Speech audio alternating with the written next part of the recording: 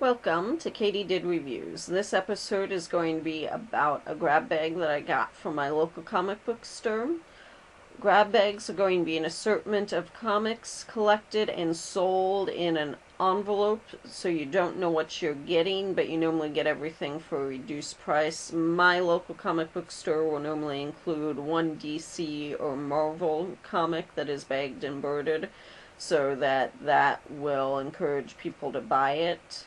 My comic book store sells them for $5, and I get 12 issues in it, which is going to be even less than $1 per issue. The DC comic that I got that was bagged and birded is Multiversity, Society of Superheroes, and it is a #1, and it also is a variant of the cover. It's not just the basic cover that they come with. And it was an enjoyable comic, and I would be interested in reading the rest of them. I've never read any real DC for the most part. I've skimmed through it, but I've never tried an event, and this is an event that Marvel did this year. But overall, I really enjoyed the writing, and the artwork was quite pretty. Then from Boom Studios, I got 5 comics in this grab bag, and the first one is going to be Thomas Alsop, and it's going to be the #3. And I really enjoyed the artwork inside this comic, and the story was really quite excellent. It was more of a graphic novel to me than a lot of stories. And I really am interested in seeing what happens with the rest of this, so I'll be checking out the rest of the series. But it deals with, and there will be spoilers, a man who is supposed to protect the island of New York City, or Manhattan Island, and is somehow bound to it. The issue I have doesn't really explain what that is, but it deals with how did he allow 9/11 to happen. And in the back there are a letter from the editor, or from the writer, and he talks about why he decided to do this, and he addresses it and does discuss the fact that yes, that 9/11 is such a tough issue to talk about, and he treats it with the respect that it deserves. So if you're at all interested in that idea, I would give this a try. I really did quite enjoy it. Another one from Boom is Evil Empire #1. I enjoyed the artwork in this, and I really did like the writing, so I'll be probably giving this one a try as well. And it is a #1 issue, and it makes me interested in it because it deals with the idea of all of the books that are set in an apocalyptic future where things have gone wrong. This book addresses the idea that those things went wrong because something is going wrong right now in time. And so if everything's going wrong in the future, it started somewhere, and it's addressing the idea that maybe change needs to happen now versus just writing and talking about it. And it was quite entertaining, and it kind of falls around different characters in different parts, and they were quite well developed. I'm not sure if I liked any of the characters, so that would be my only issue, but sometimes you don't have to like anyone to read a story. Then from Boom Studios, I also got Suicide Risk #13. This one was a little harder to get into because I just start in the story, and it doesn't seem at all like a jump-on point. But the artwork was good. I'm not a huge fan of it, but I know a lot of people do like this style of artwork. And so the writing, in my eyes, makes up for the artwork, but some of the artwork was quite pretty. This was an enjoyable page for me. And it just deals with a girl is the main character, and kind of what she might be. Something's been hidden about her. And it was enjoyable, and I'm interested to see what's happening in the rest of it. Like I said, I really enjoyed the writing in this one. Then Translucid from Boom Studios, number 4. This was kind of a sad story from what I could understand. And it kind of has very different coloring. There seems to be a real world and then maybe alternate reality. And so it was just interesting. And I am intrigued by what's going on and what's going to happen. But overall, it's not really my style, but I was glad to give it a try, and I would keep an eye out for the author and the artist, because they were both quite good. Then Nightbreed from Boom Studios, number 5. And I really did like this. It's not really my style of story, but the artwork was well done. It seems to be a man who is somewhere else, and I don't know where for sure where he is. And he's kind of having monsters or people tell him stories.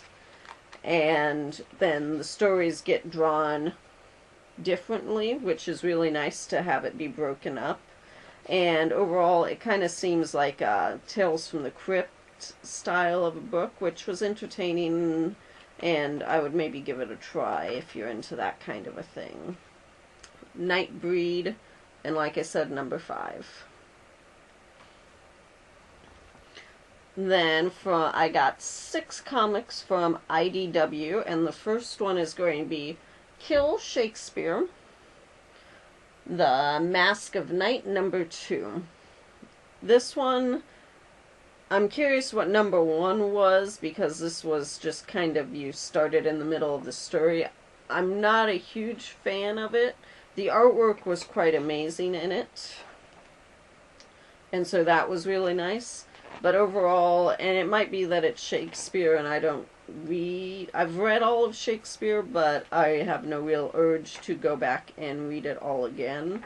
And the characters didn't seem that developed, but it, like I said, it is a number 2, so there won't, maybe all of that was developed in the number 1, but it was worth a try. If you like Shakespeare, there's probably going to be a lot of hints to Shakespeare, and so you might enjoy that for that. Now, one of my favorite was Indestructible from IDW, a number 8. I think this had the most well-developed characters for a non-number 1. I really enjoyed the story, and the artwork was probably one of my favorite as well. And this might have been a jump-on point issue, I'm not sure on that. But it does a little previously, which I always like, because you sometimes want a refresher on what's going on. And in this world, where superheroes are afforded the advantages that all of the celebrity gets, one person is, the media is mistaken for a genetically elevated person, which would be a superhero. And so now he's got to live a lie of him being a superhero and faking that he's a superhero. And I just really enjoyed this. So if you want a different take on superheroes, I would give this a try, and I will be picking this one up, because I've already ordered the trade to see what the beginning of the story is. So Indestructible from IDW, number 8. And then another IDW is Gateway, number 3. Now, I really did enjoy the artwork. This is a world where when you die in the real world, you wake up in another world. And you don't really know what's going on. At least I didn't know what was going on. But I really enjoy this idea. And it makes you wonder what happens if you die in this world. Where do you end up? There seems to be a feud of some sort in it. But overall, it's really well written, and I'm interested to see. It left it kind of on a cliffhanger, so I would be interested to see what's going to happen next. But if the storyline of waking up and not really knowing where you are after you've died is interesting to you, I'd give it a try. And then Viewers. This is probably one of my other favorite that I got from this. This is a number 2, and it was easy to figure out what was going on. It deals with vampires. It looks to be a big series that I had never heard of. Overall, I really enjoyed the artwork and the coloring. Just the very first page was quite beautiful. And then in the back they also had a prose novel that I really wanted to know what was going to happen. So this is a series I will be checking out because of this issue that I got. So Viewers would be an option. Maybe see if you can find a first issue or a jump on point if you think you would be interested in that. And it deals with a virus that causes people to become vampires. It has been released because of the melting of an ice caps. And that seems to be the main premise. And so a bunch of people are just becoming vampires, and it talks about the discrimination that's been caused by just one event changing your whole life, which means you feel for them. And the main character doesn't really... She's trying to explore. She's a reporter, and she's trying to say, in many ways, that maybe it's not a two-sided issue. Maybe there is no sides to the issue. There is just the events that are happening, and that you shouldn't be scared of someone who is the same as you, but just had a disease cause them to change.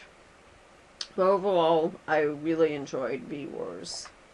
Then City, The Mind and the Machine, number 4. I think this was the final issue of an arc, and it deals with if all of technology that is used to spy on people was to get put into the control of one person, what would they be able to do? And maybe he would stop actual bad people.